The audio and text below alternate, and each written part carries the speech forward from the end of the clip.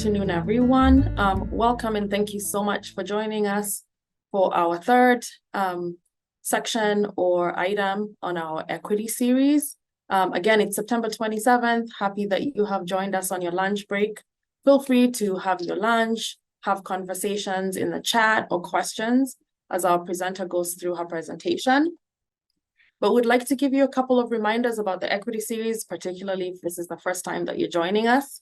The equity series is a project by the Equity Alliance, and the purpose of the Alliance is to accelerate equitable change throughout our community. And we're thinking about doing this through activities that impact disparities, right, all over.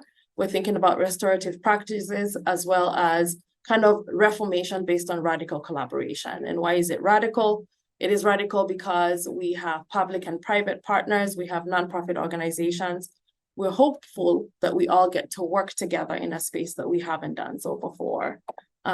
Additionally, we have three main initiatives that we're working on. One of them is co-design. How do we utilize co-design on projects that are suitable for it? How do we continue to provide training in that space so that we have more leaders and facilitators? We're also thinking about coalition building, getting folks who are interested in diversity, equity, and inclusion, and building a community of practice so that, again, we're in alignment as we work towards equitable outcomes for all community members.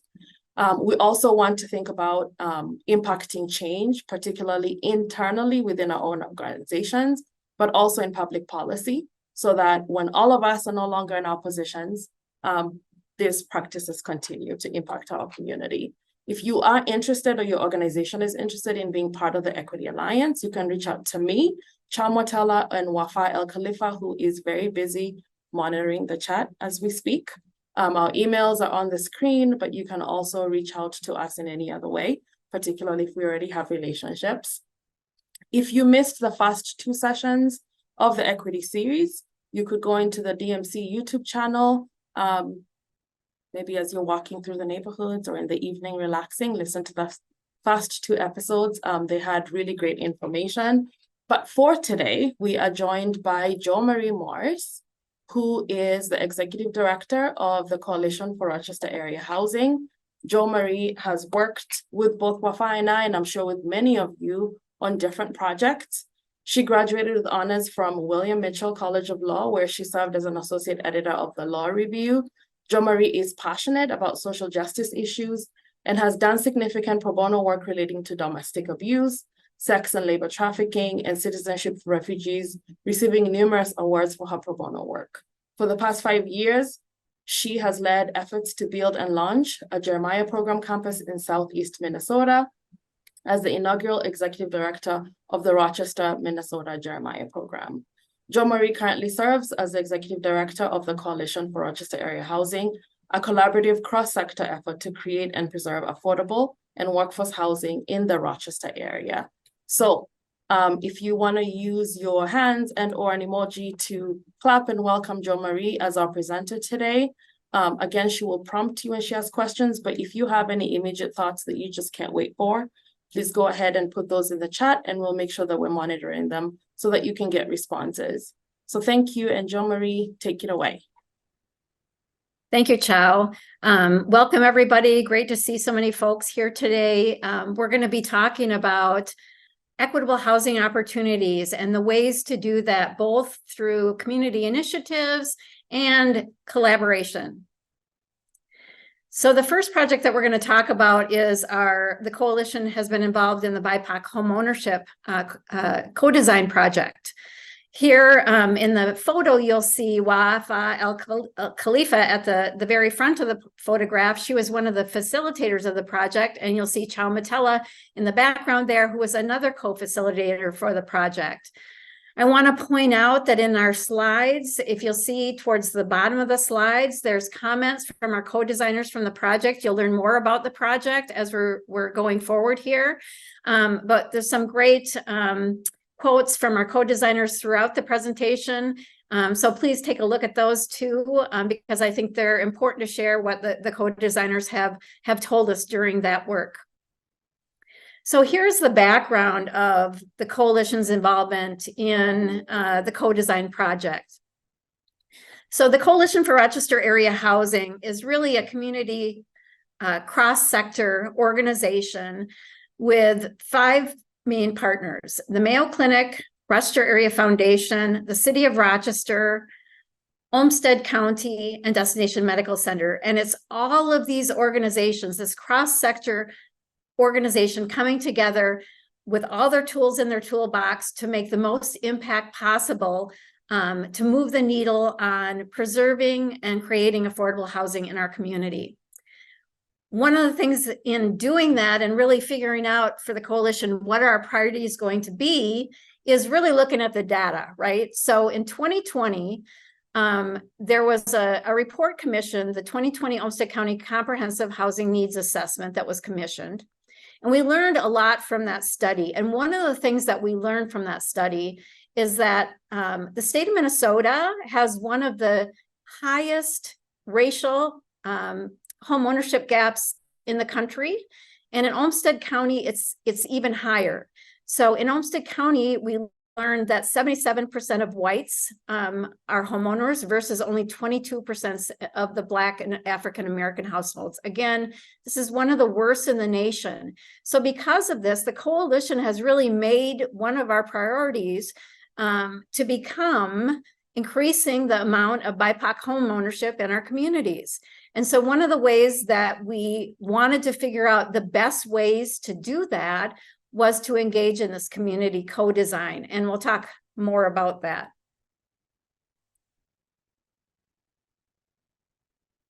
So here's some of the data that we looked at. So we've got the white homeownership, and we've got the African-American homeownership in figure 2.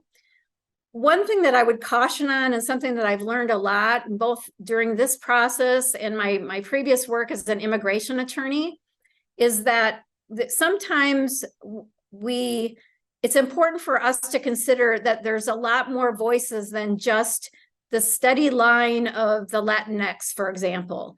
So we know that, for example, many Cubans that have come to the United States over the last 20 years are homeowners.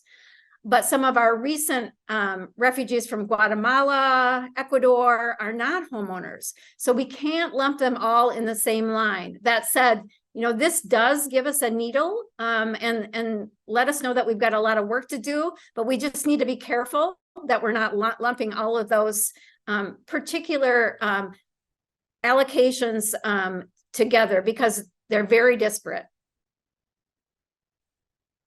So what are the goals of this project? The first goal was to really help work with the BIPOC community themselves. So those that are most directly impacted and have been the most impacted by inequality in our housing systems, by having them identify barriers, evaluate what are opportunities, and then provide recommendations. And then the coalition takes these recommendations, and that really guides not only our policy for our priorities, but where are we going to invest our funds, right?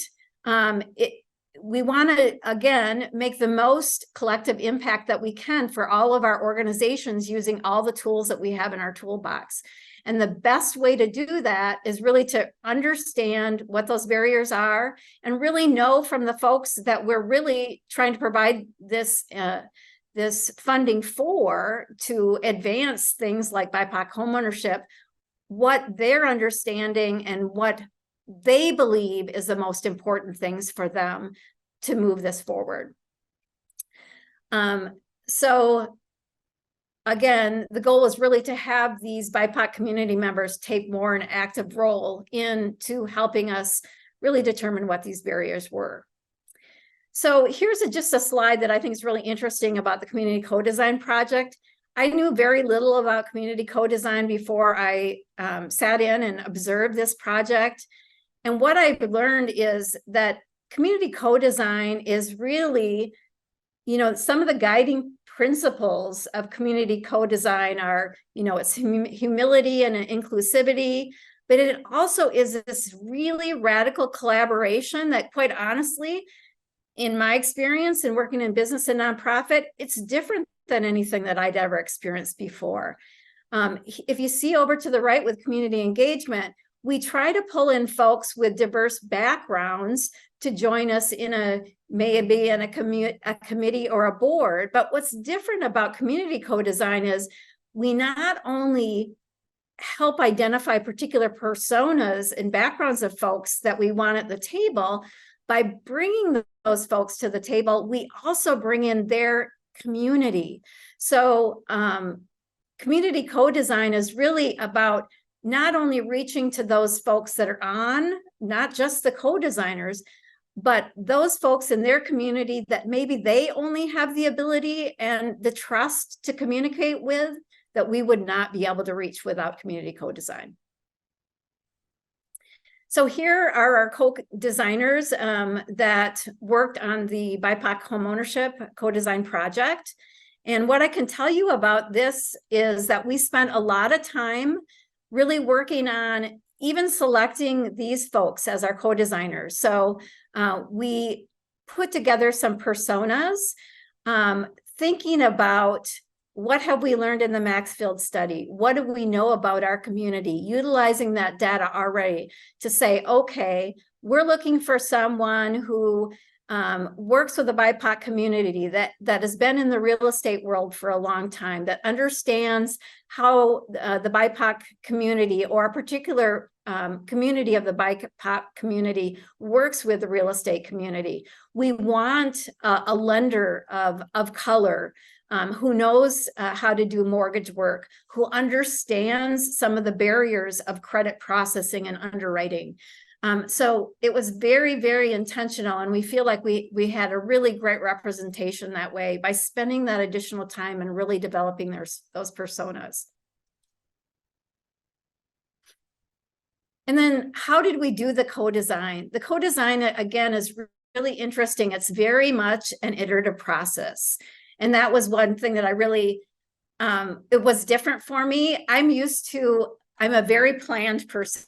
I'll be honest about that. I'm used to have everything kind of in a box, knowing exactly what's going to happen. This is not like that. So there were times that I felt, quite honestly, a little uncomfortable. Where is this going? But the reality is that's what we want, right? For this really radical collaboration, we want people to feel really comfortable to say exactly what they're hearing from their community, even if it's something that is directly opposite from what someone across the table is saying or that their community is saying. So we really want to have all that information. So what happens is we first work with these co-designers. The co-designers, we give some information about co-design, and then we talk to them about, what are some of the best practices in interviewing some of the folks in their community? Like, we want to touch on certain things and questions, but we don't want to have a pre-subscribed list of questions that each of you are going to use in your community, because you know what works in your community. You know best how to reach and communicate with your particular community. So we spent a bunch of time talking about how to do the interviews, what that would look like. Then the co-designers came back and they said, okay, after speaking to my community, these are really the emerging themes that we've seen. And, what we've seen for emerging themes are, education, navigation, belonging, safety and security, structural racial barriers. Those are really the 5 themes that initially came out. And then what we did was we talked about exactly what they heard from their communities. And then we further refined them, asked more probing questions, and had them go back out in the community again and ask some follow-up questions and maybe some additional questions that arose after that discussion of what we had learned. Then they come back again, and then what we did was we looked at 2 additional themes that really popped up in our work, which was mentorship and representation. And then we take all of those themes and we work with the co-designers to help them really develop what are the recommendations. One of the key things that we learned in this work was that there are many, many stakeholders involved in what it's going to take to advance BIPOC homeownership in our community. And all of these particular stakeholders that were identified are important to help us move the needle, and that we're going to have to collaborate with them and work with them to make that happen. So we identified, they identified the financial lending institutions, realtors, community housing support stakeholders like First Homes, Three Rivers Community Action, local developers and builders who are doing the creation of affordable homes and acquiring and rehabbing affordable homes. And of course, an integral part of this work is continuing with working with the BIPOC community.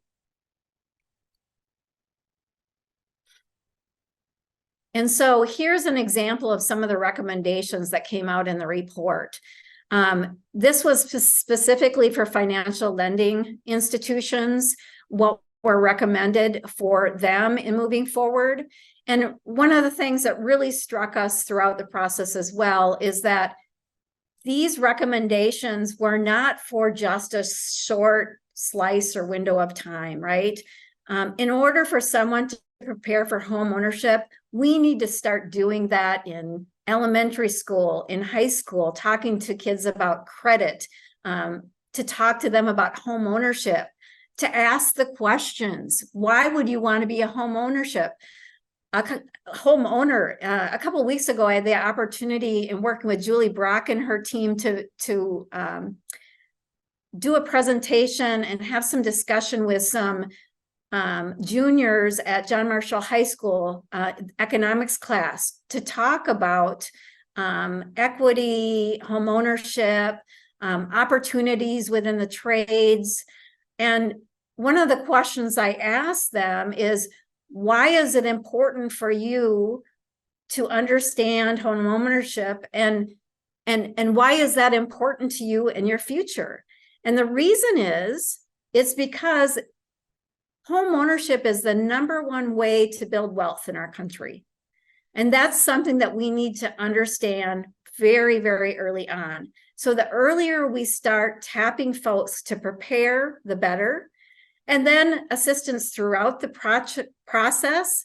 And quite frankly, we had a lot of questions about concerns. What am I going to do once I am a homeowner?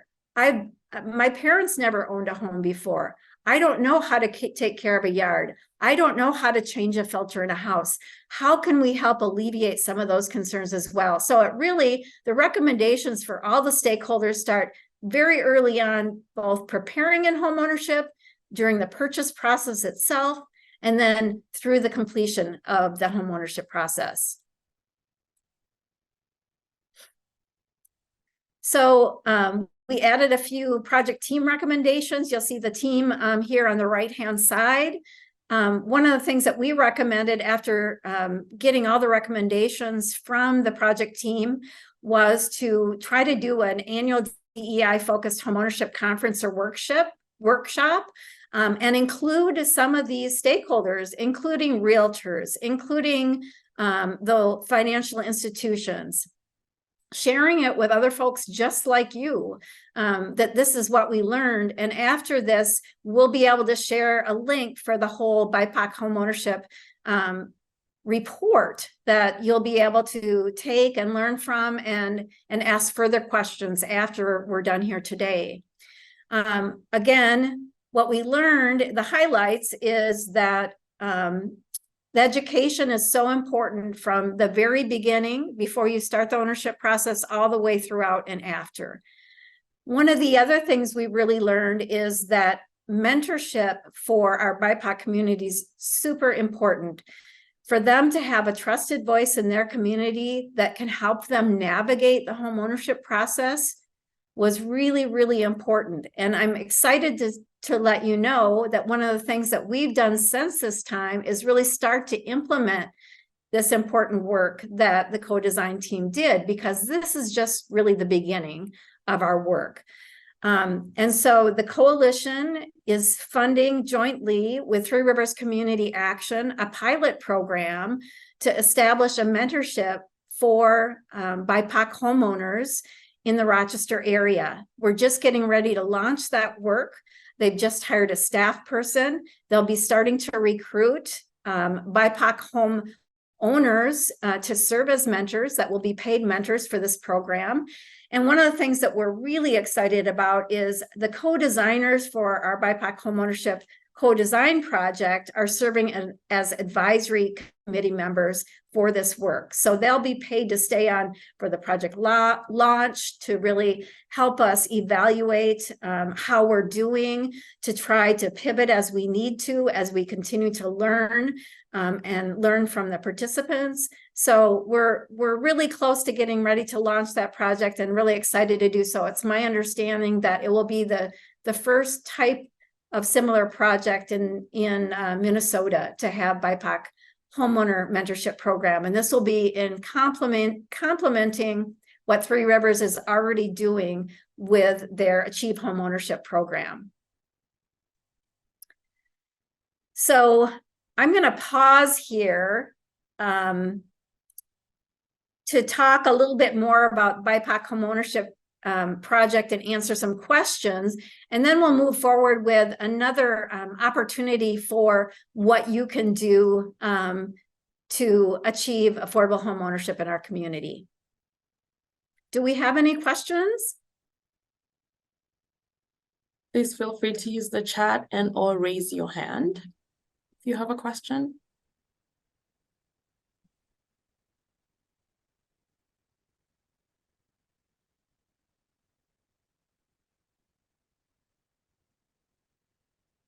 One of the things Sorry, Jo Marie, I'm just going to check the chat really quickly to make sure there aren't any. One of the questions is, where can people find the full report for this BIPOC home ownership co-design? Wafa, would you be able to share the link? Sure. It's on the Rochester Area Foundation webpage or coalition webpage. Otherwise, we could also send it out afterwards as well. And this is Alan. I actually put a link there. You can get to my website, and there you can actually get to your report as well. There, I collected all the reports of co-design reports on one place so that you can go there. I do have a comment in terms of I represent of my own organization called Open Beam, which is really about enabling sharing information, and also CM community mobilization, which is really about gathering BIPOC input, BIPOC involvement. And yesterday's meeting, I make the point to the BIPOC communities that our BIPOC communities have professional services, and some of them already been trained by in the co-designing methodology.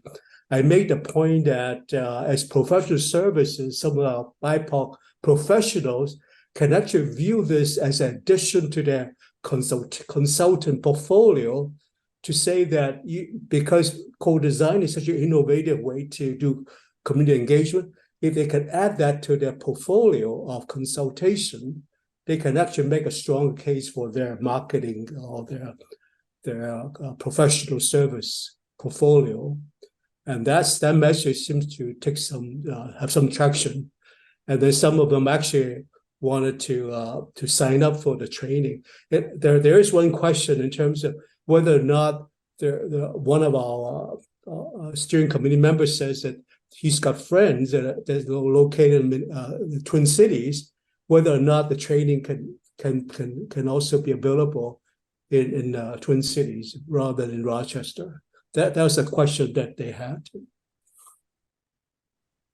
And Wafa, correct me if I'm wrong, but the both leadership training and facilitator training is open to anyone who would like to join, even if they are as far as the Twin Cities. Wafa, is that correct? Yes, absolutely. Just feel free to contact me or contact Chow, as it's one of the main purposes of also the Equity Alliance is to grow a co-design community. So feel free to contact us and we'll get you signed up. Is a meeting taking place in Rochester locally, or is that a virtual? That the question really was, do they have to travel to Rochester to take the course? Well, Al, it's a great question. Most of the training that we provide, it works better if people are able to attend in person, but this is something that we are discussing for future plans on how can we expand the training in order to make it available for people who are living outside of the Rochester community. Thank you. Okay, thank you. Thank you, Al. And Jo Marie, there's another question in the chat from John, who serves at Family First. He says, what is being done to drive down the initial costs for becoming a homeowner? That's a great question. It's really tough. What we've done is we've really tried to leverage different tools in our toolbox to provide some subsidy. For example, First Homes, they're working on a project where they're trying to, build affordable homes, but the prices of construction and particularly labor now that I'm hearing are really making them harder not to reach, especially based on the interest rates. So what we're doing is for example, this project we're working on now with First Homes that will be building 6 larger family homes, something that we've heard over and over again, that we need more than just 2-bedroom, 1-bath, or 2-bedroom, 2-bath homes for some of our multi-gen families and particularly immigrant families. We're leveraging Minnesota Housing Finance funding, so funding from the state. Then what we're also doing is the coalition is providing 0% revolving loan funds, so they don't have to use that, which is now 8.5% for building, for construction loans, so helping with that, and then also providing some further subsidies. But it is really, really a challenge to be able to build right now. And so the only way that we've really been able to be successful is really to, again, leverage our different things that we have. Another tool that we have in building affordable homes right now is the city has a program where they do fee reimbursements for homes that are built under $350,000. We are just launching a program right now with one of our local builders who's going to be building 5 homes under $350,000. They can leverage that $20,000 of reimbursement through the city. And in fact, that money will go to the buyer in the form of a down payment assistance. And then we're also, again, providing this 0% interest construction loan, so the builder doesn't have that 8.5% interest when they're doing construction. But again, it's all about really trying to figure out what are all the tools that are out there and how can we leverage them. Another piece we're super excited about that we'll hopefully be hearing about soon from Minnesota Housing Finance about how it works. Just fantastic legislation that came out of the Minnesota legislature, one that I'll be talking about that came out a couple of years ago in a few minutes. But there's a significant amount of funding that's now coming down for first generation home buyers. And what's exciting about this is not just, and it's up to about $32,000 per family. And what's really exciting about this is that a lot of that funding is, instead of going through our bigger state agency, which is a great organization, but can be quite bureaucratic, a lot of that funding is coming right through our communities. Service organizations, our CDFIs like Three Rivers. So those organizations that work directly with the community will be able to hopefully get those funds out sooner.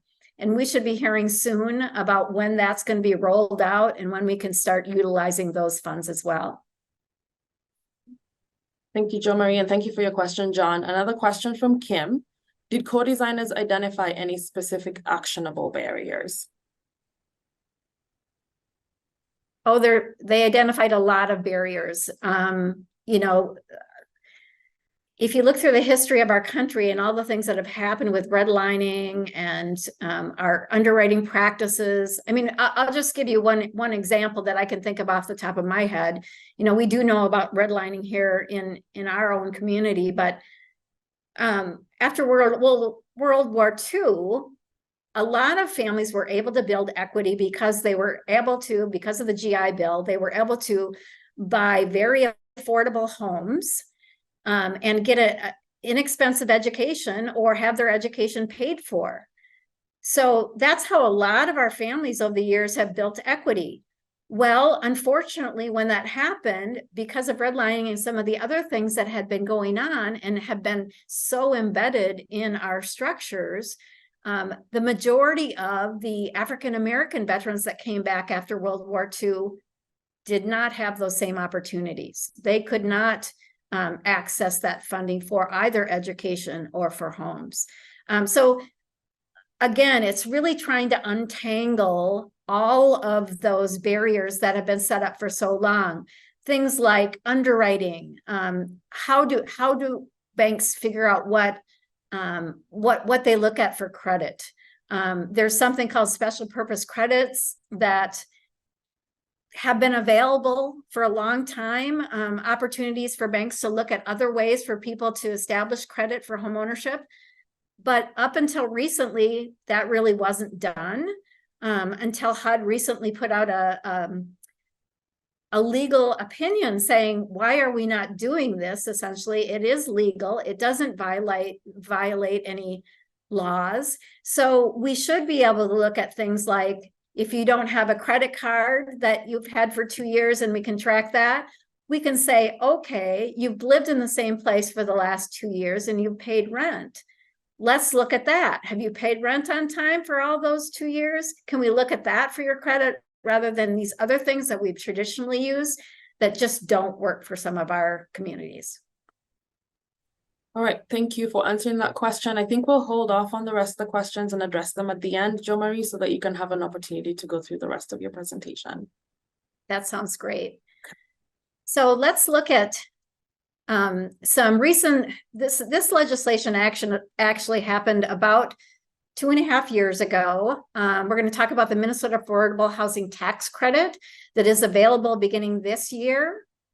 It was really a program that Senator Nelson spearheaded and did a lot of the legwork on for us. But the Housing Committee passed in 2021. It was really based on a North Dakota law that was really successful in helping add both creating and preserving additional affordable housing in North Dakota. The law, again, is in effect now, starts in 2023 and is effective for 6 years. It provides up to $9.9 million per year for those 6 years to provide grants, including forgivable grants for affordable housing. So really infusing almost $10 million a year for a period of 6 years through taxpayer dollars to help alleviate this housing crisis. So the purpose of the act is really to support community projects, make them easier to develop, to incentivize this cross-sector partnership, something that the coalition, of course, is strongly believes in making a difference. And then to support projects not as competitive in super RFP. And this is kind of a little bit of housing lingo here, but what it means is Minnesota Housing, a lot of the money that comes through the legislature that's funded through our state goes through Minnesota Housing Finance Agency. And there's a competitive process that happens in July of each year that is extremely competitive for tax credits and other types of funding.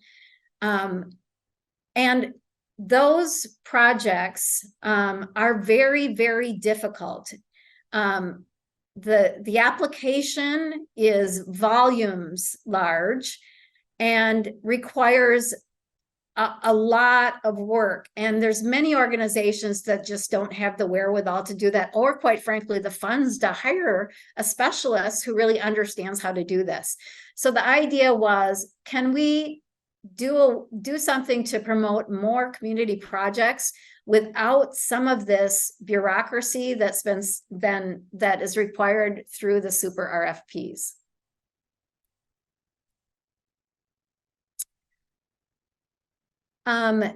So what's been established then 2 years ago is the State Housing Tax Credit Program and Contribution Fund. And really what it is, it's the ability for you as a taxpayer. You can be an individual, you can be a business. If you owe any state tax obligation, you can say, I want that tax obligation to go towards affordable housing. So for example, if I have a tax obligation of $10,000, I can say, I want this to go to affordable housing rather than going to the general state coffers.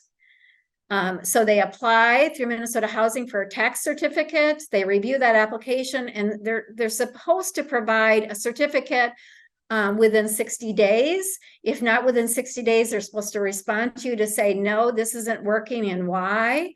And the great thing about this is it's really a great opportunity if you're a business or if you are a bank, because banks are also allowed to get their Community Reinvestment Act funds to count for this. So it's kind of a double benefit for them to do, not only pay their tax obligation, but be able to tap into that requirement as well. In North Dakota, when they first started this program, and I can't recall how many years ago, but it was about 1/3 of individuals, 1/3 of businesses, and 1/3 of banks that were contributing to the fund. Now it's almost 60% banks that are contributing to the fund. They also actually, in North Dakota, had somewhat different parameters than we do here. So the minimum you can contribute here in Minnesota is $1,000 up to $2 million. And you can carry that. So if you have $2 million, you can carry that over to your taxes for a period of up to 2 years so that you can use those tax credit for the next 10 years. But in North Dakota, the minimum was $100 per person. And while that, did allow more and more individuals to add to the fund, it was very administratively burdensome for their housing authority there and their housing agency. So that's why the Minnesota legislature decided to start at the $1,000 level. So there's 2 different funding pools that are created for this $9.9 million. One pool is a separate pool. So this is a general pool that really works throughout the state of Minnesota. So this is a big pool, and the legislature allocated certain parts for this big pool. So they wanted at least 25% of this pool to go to single family projects, 10% to make sure for very small communities, for non-metro projects, for towns that were less than 2,500 people, for projects that were serving those who make 50% or below area median income. In Olmsted County right now, our area median income for a family of 4 is $123,000. So this is about $60,000. So these 35% of projects would go for folks making about $60,000 or less. And then there's 30% for other projects.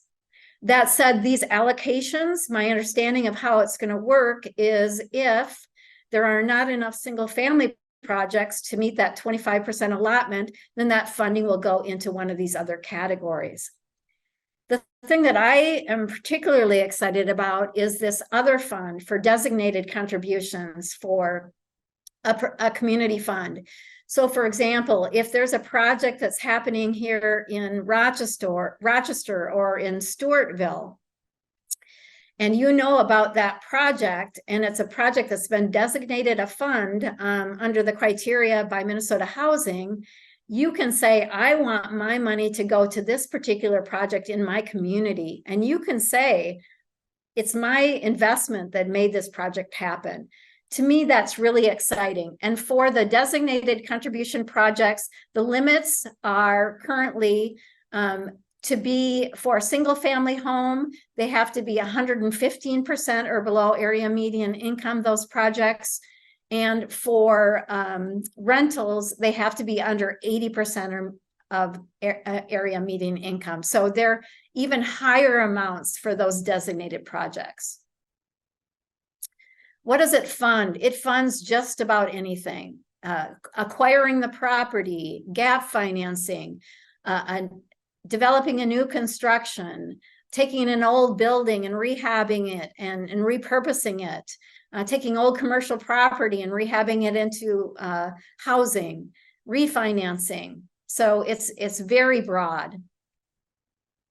And who are the recipients? So just about anyone qualifies to be able to provide these funds. This is a very, very broad umbrella. You could be a nonprofit organization, you can be a homeowner, you can be a tribal government, city, you can be our local housing and redevelopment authority. But there are certain folks that are ruled out, and they're still working on some of the details of this. So, for example, if you're the one that's developing the project and you're going to own 20% of that project, you're going to own 20% of the apartment building, you can't put your investment in to get a tax credit. And that also qualifies for, close family members as well. You can only do it one time. And there are some specific requirements that will be something that you need to talk with your tax accountant about. Again, here are the program requirements that I talked a little bit more about.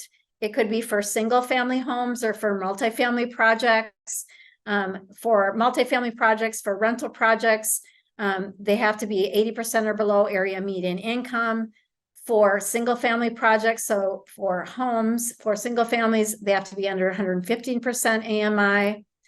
That 50% AMI set aside that's required for that bigger pool throughout the state of Minnesota, that doesn't apply here. The loan agreements, again, they can be forgivable. And again, so how that works is it would be a project, say we've got a home ownership project, we're building 5 homes, and all the homes are going to be under $350,000. And to be qualified, you have to be under 115% AMI. The requirement is going to be that in order to get that loan, you're going to have to agree on a period of affordability. So that home will stay affordable for a period of 5 years, 10 years, 20 years. For the bigger multifamily projects, it'll be more like 20 years, so that we know that those homes will remain affordable. And there's also going to be prevailing wage that's required that will increase the cost of the projects, but that's required under this program as well. Here's the timeline that we have. So public comment is completed now. I just looked, and they're proposing the new guide for exactly how this is going to work to the Minnesota Housing Finance Board tomorrow. So that will either be approved or approved with changes. So once that is approved, there will be an announcement that I would expect would happen very shortly, within the next week or two, that would provide almost all the details of how this program is going to work. The housing first $10 million will be available soon. The next $10 million will be available beginning in January of next year.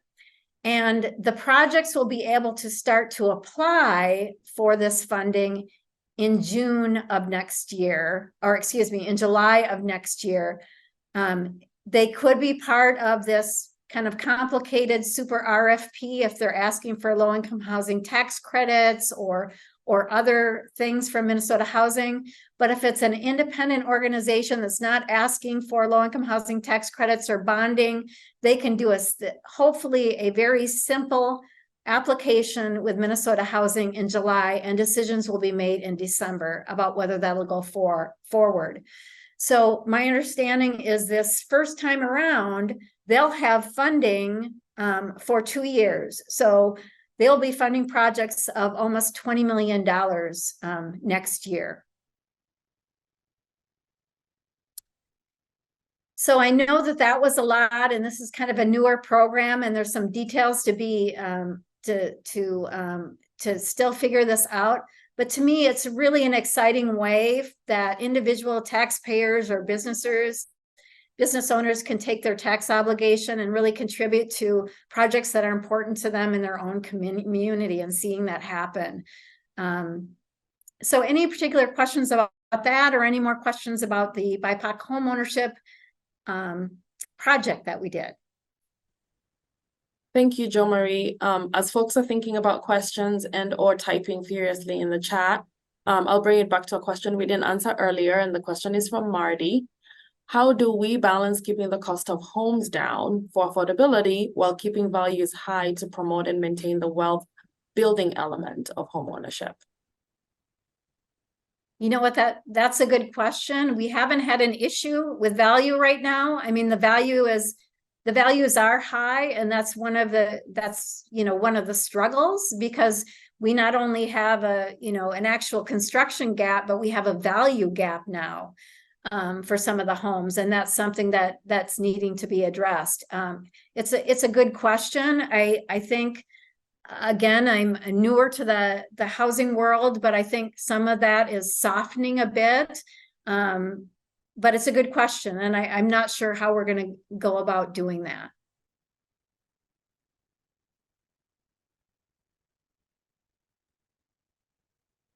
Any other thoughts or questions that folks might have? There is a question from Kim in the chat. And how do we prevent short-term rental purchases for these affordable homes? That is a great question. And we do that by tying requirements as far as homeownership goes. So, for example, some of this newer projects that we're helping support through the Coalition for Rochester Area Housing with local builders, we're requiring a period of homeownership and possession for at least 5 years. The program for the city right now, that they're providing reimbursement for folks, for builders that are building homes under $350,000, they're requiring that they be owner occupied and for at least a period of 3 years. And it's my understanding they're contemplating moving that to 5 years as well. So those are for single family homeownership opportunities. So that's one of the things that we're doing, that we're requiring that, so that doesn't happen, at least for that initial 5 years. And that's what we've kind of been seeing around the country that people are doing and have been doing fairly successfully. The other projects tied with not single family home ownership, but multifamily projects, all of those investments that the coalitions have invested in, those projects, we're requiring at least 20 years of affordability in order for their loans to be forgiven. So we basically say, we're loaning you this money, it's going to be at 0% interest, and we'll forgive the entire amount we've given you, but you need to comply with these affordability limits for a period of 20 years in order for us to forgive this loan.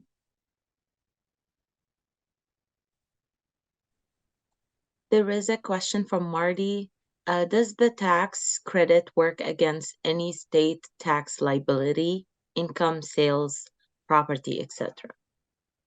You know what? That's also a great question. I don't believe so. But again, we still are waiting for some of the details of exactly how it's going to work. But it's my understanding from just what I've read that I don't believe so.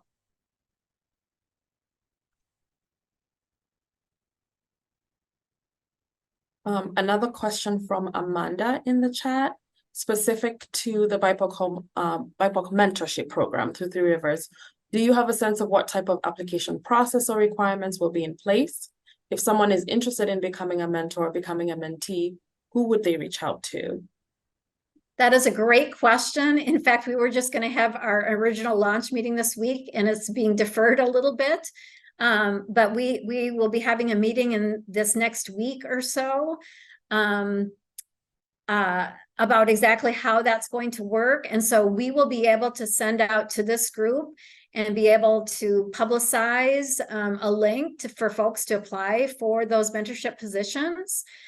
Three Rivers will really be the one that is recruiting for that. But again, they just hired the staff person that is going to be doing all the coordination for that.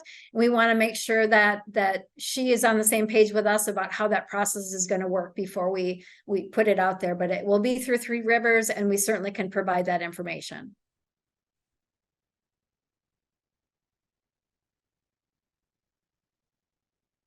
And I would also, I'm not sure if I mentioned this too, but the mentorship program is specifically going to be for the Rochester area to start.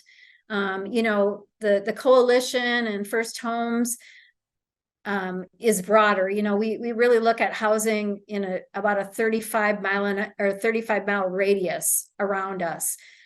We wanted to really make sure that we're working with families in Rochester and Olmsted County. And so Three Rivers is really focusing on families in Rochester and Olmsted County, specifically in Rochester, to launch the pilot program. Again, we're super hopeful that this is a pilot program and will be continuing on. It's my understanding from talking to the folks at Three Rivers that they've already had some interest from some foundations about providing sustaining funding for the program if this is successful. So we're really excited about that as well. Another question that I received is in regards to how can members of the community stay connected to the coalition, or to stay up to date with any updates or initiatives, housing initiatives in the Rochester community? Well, they can reach me anytime. And quite honestly, I can tell you, you know, I'm newer in this position, but I think one thing that we haven't done particularly well is having a good presence on social media. So I'm hoping to really ramp that up in the near future. But please, anyone can reach out to me at any time. The other thing is I would really encourage folks to consider, if they're in the area here, to join us for our Housing Alliance meetings. So one of the other ways that the coalition is really informed of our investments and understanding what's going on in the community is by a larger group, community group that meets on the second Wednesday of every month from 10 to 11:30 a.m. called the Housing Alliance. And that's really a broad group of financial folks, realtors, builders, government, community development, some organizations that are nonprofits that have barriers like Damascus Way, Next Chapter Ministries, Three Rivers Community Action, First Homes. All of those folks are at this community table for the Community Alliance meetings. And not only do we have presentations like this one I just did on the new tax credit opportunity, but every quarter we try to do a roundtable to really understand what kind of projects are happening in our community and how we can continue to collaborate to make these projects work. So we can post that somewhere too for the Housing Alliance. And that meeting can be either attended in person at the Rochester Area Foundation or via Zoom. And Jo Marie, could you provide a little clarification for everyone on who is part of the coalition, what it is, and why it was first founded? Absolutely. So the coalition is about 5 years old. It was founded originally, the funding originally came from Mayo Clinic, recognizing that housing was a significant barrier. As Mayo Clinic continues to grow, as the Destination Medical Center was wrapped up, they realized that we needed more housing for not only their employers, but for our community to thrive. And so Mayo Clinic reached out to Rochester Area Foundation, Olmsted County and the city came together with them and said, what can we do with all of our tools in our toolbox to leverage these projects to make them happen, to really move the needle on both creating and preserving affordable housing in the community. So that's how it was created, with an initial investment with Mayo Clinic. And then the city coming alongside and saying, hey, we do tax increment financing. We can contribute in that way. Maybe we can contribute a fee waiver in this particular situation. The county has things like project-based vouchers that would help a project be more sustainable. So everybody looking to say, okay, what can we do to make this project move forward? So that's really how the project came to be. And then most recently, Destination Medical Center joined the organization as well, because they have a lot of tools in the DMC zone that really can help with significant financing for projects that are in the DMC zone as well. So that's how the organization started. It's leadership from all 5 of those organizations, really in a leadership council that comes together. What I really love about the leadership council is it has administrators that really understands at high level kind of what the public policy issues are for the city or for the county or for Mayo Clinic. But it also has the folks that are on the ground that are doing the work in community development, in finance at Mayo, so that they really understand what are the implications of what this funding is going to do, and what are, how can we really make this work? So that's what I really like about the coalition leadership team too. Again, it's both people that understand the higher level, but also people that work with community every day and know what kind of barriers they're hearing from our community itself. Thank you for that clarification, Jo Marie. There's a really great reflection in the chat from Kim Edson, who says, I wish much success for this project. Thank you for this work in building a co-design process to expand access to those or these complicated resources to those who need them. So I wanted to share that reflection with you, Jo Marie. And then a follow-up question from Al. What is the Housing Alliance's coalition? Sorry, I'll start again. What is the Housing Alliance Coalition's position in advancing or advocating for affordability and housing, particularly in the zoning portion of it? Is the question in DMC zone? Not necessarily, just let me see, affordable housing zoning. So I think they're referring to like the Unified Development Code and how we're restructuring zoning. Does the Housing Coalition have any role in advocating for those changes? We absolutely do. And that's a great question, Alan. Absolutely, we do. In fact, we're working with some folks right now on projects for accessory dwelling units to try to build smaller projects. We're also actually, Jeff Urban and I are going up to Duluth to look at a few projects, innovative projects that they have up there to see how they would fit in with some of our new codes that we're doing. Some cottage developments, possibly for seniors that have been successful that they've launched up there that we want to try to do down here. So we're already working with city staff to say, okay, if we are able to identify a site in Rochester, how is this going to work? Because you're right, it doesn't stop there to say this is what we're going to do. We need to say, okay, the city says that they want to do this, but how really is this going to work? Is it going to work with RPU and their requirements for hooking up the housing? All of those kind of things that really, unless you're in the building industry, you don't understand. And I want more pointed. There's this notion about not in my neighborhood, right? How do we overcome that perspective, that biases people have about just do it someplace else? Right? Don't mix it. Affordable housing in my neighborhood. It's a more cultural conversation. Honestly, that is such a critical issue, Al. I think that we all have to be all in on that particular one.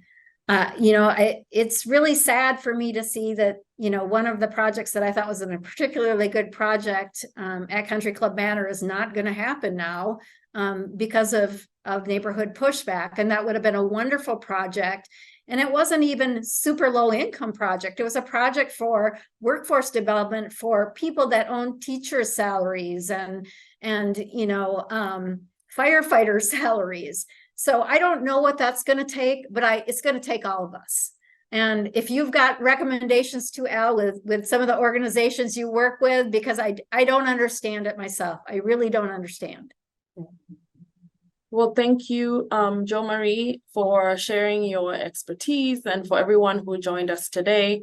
I'm really grateful for the historical context that you provided, the work that you've done, and then providing us some actionable items going forward. So for those of you in the private or public sector, nonprofit, taking in all this information and thinking through your own lens and scope about things that you can do to advocate for affordable housing and for changes in processes that might impact housing affordability or even access for communities that are impacted that don't have that access. So with that, and being mindful of the time, it is 1 o'clock. I just want to say thank you to everyone We'll share all the resources that were in the chat today with everyone and encourage you to join us for the next session, October 25th. Have a good week, and everybody.